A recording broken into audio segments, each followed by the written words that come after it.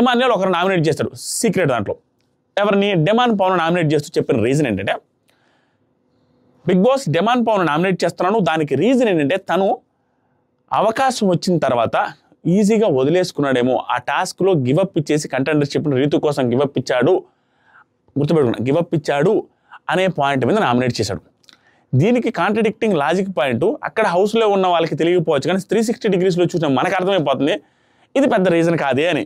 But అందరూ అలాగే ఉన్నాయి కాబట్టి నేను ఎవరిని విమర్శించి తలుచుకోవాలి. ఎపిసోడ్ చూసిన తర్వాత ఆట తీస్తే ఇతను గట్టి పాయింట్ అయితే పెడతాను.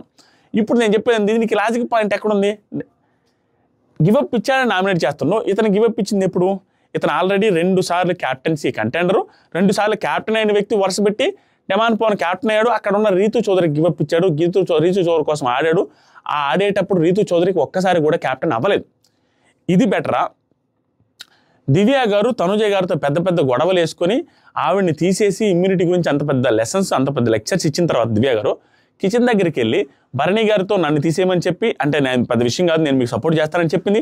దాంతోపాటు ఇమాన్యుయల్ వచ్చి అడిగితే నువ్వు నా బాగా హార్డ్ వర్క్ చేస్తావు, నువ్వు బాగా టాస్క్లు ఆడతావు కాబట్టి నెక్స్ట్ రౌండ్లో మీ ఇద్దరు కలిసి నన్ను తీసేసేయండి అని డైరెక్ట్గా అమ్మాయి చెప్పింది. అంటే క్లియర్ గివప్ ఇచ్చింది, క్లియర్ గివప్.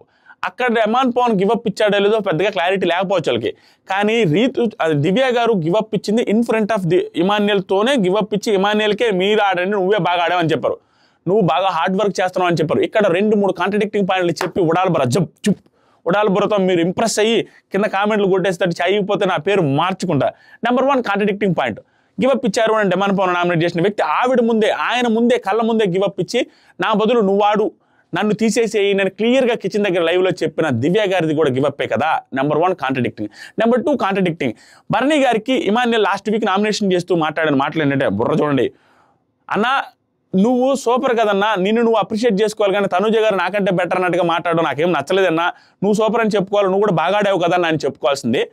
ఆయన ఏం చేశారంటే ఇమాన్యుయల్ని నువ్వే బాగా ఆడావు, నువ్వు హార్డ్ వర్క్ చేస్తున్నావు, బాగా ఆడావు అంటే హార్డ్ వర్క్ చేస్తున్నావు, నీ హార్డ్ వర్క్ నాకు ఇష్టం, నువ్వు క్యాప్టెన్గా నువ్వు ముందుకెళ్ళు, నన్ను డ్రాప్ అవుతాను, నన్ను తీసేయమన్నారు. ఇక్కడ ఆవిడ చెప్పిన పాయింట్ కూడా ఆల్మోస్ట్ భరణి గారు తనుజ గారిని పొగినట్టు లేవా?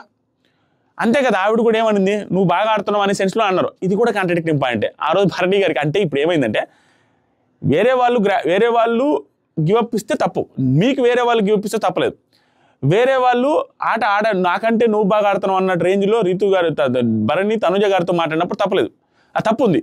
కానీ దివ్య గారు ఇమాన్యుయల్తో మాట్లాడినప్పుడు తప్పలేదు, ఎందుకంటే మనకు బెనిఫిట్ అయింది కాబట్టి తప్పలేదు అన్నట్టు లాజికల్ పాయింట్ నాకు కనపడే. రీజన్ ఈజ్ ఓకే, అంటే రీజన్ ఓకే, కానీ మనకి అక్కడ కాంట్రడిక్టింగ్ పాయింట్లు లాజిక్ దొరుకుతున్నాయన్న ఫీలింగ్ అయితే వచ్చింది. దీనికి మీరు ఎంతమందికి అర్థమైంది, ఎంతమందికి మన